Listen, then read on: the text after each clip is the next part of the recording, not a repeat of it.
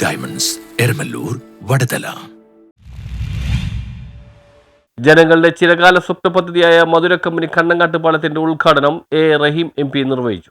3.5 പതിറ്റാണ്ടിന്റെ കാത്തിരിപ്പിനൊടുവിൽ മധുര company Kannangad പാലം യാഥാർത്ഥ്യമായി. പാലം ഉദ്ഘാടന ചടങ്ങിലേക്ക് നാടൊന്നായി ഒഴുകിയെത്തി. കാവടി ദൃശ്യങ്ങളുടെയും വാദ്യമേളങ്ങളുടെയും അകമ്പടിയോടെയാണ് നാട്ടുകാർ അതിഥികളെ സ്വീകരിച്ചത്. പള്ളുരുത്തി പ്രദേശത്തെ ഇടക്കൊച്ചിയുമായും കൊച്ചി നഗരവുമായും ബന്ധിപ്പിക്കുന്ന പാലം പള്ളുരുത്തിയുടെ വികസന വഴിയിലെ നാഴികക്കല്ലാണ്. കൊച്ചി നഗരസഭയ്ക്കായിരുന്നു പാലം നിർമ്മാണത്തിന്റെ ചുമതല. ജോൺ ഫെർണാണ്ടസ് MLA ആയിരുന്നപ്പോൾ 2.71 കോടി രൂപ അനുവദിച്ചതോടെയാണ് പാലം നിർമ്മാണത്തിന് വഴി തുറന്നത്. പിന്നീട് റഹീം MP 1.41 കോടി രൂപ കൂടി അനുവദിക്കുകയായിരുന്നു.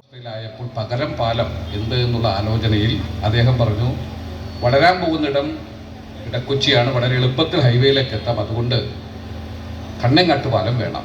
പക്ഷെ അന്ന് മേയറായിരുന്ന ശ്രീ K. ബാലചന്ദ്രൻ, ഞാൻ അന്ന് GCD കമ്മിറ്റിയിലുണ്ട്, അദ്ദേഹം ഞങ്ങളുമായി സംസാരിച്ചിട്ട് പറഞ്ഞു, മട്ടാഞ്ചേരി പാലത്തിന് പകരം മട്ടാഞ്ചേരി പാലം, അതിനുശേഷം നമുക്ക് കേന്ദ്ര ഫണ്ടോ മറ്റോ കിട്ടുകയാണെങ്കിൽ ഇടക്കൊച്ചി കണ്ണങ്ങാട്ട് പാലം ആരംഭിക്കാം. അപ്പോൾ ജെർസൻ ചേട്ടനെ ഓർമ്മിക്കാതിരിക്കാൻ.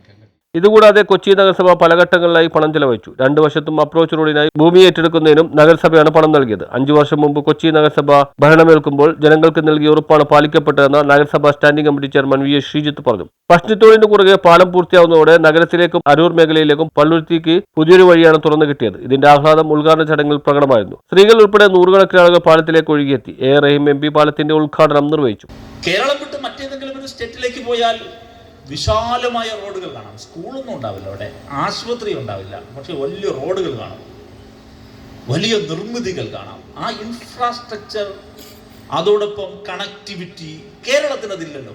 നമ്മളെപ്പോഴും പറയും കേരളം അതിൽ പിന്നിലാണല്ലോ. ശരിയായിരുന്നു, പിന്നിലാണ്. കാരണം ജനസാന്ദ്രത കൂടിയ നാടാണ് കേരളം. മണ്ണിന് പൊന്നിൻ്റെ വിലയാണ്. മണ്ണ് വൈകാരികമാണ് മലയാളി.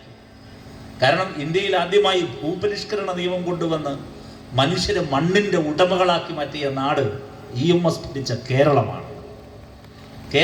കുടിയൊഴിപ്പിക്കൽ നിരോധന നിയമം മുതൽ ഇങ്ങോട്ടുള്ള പരിഷ്കാരങ്ങൾ.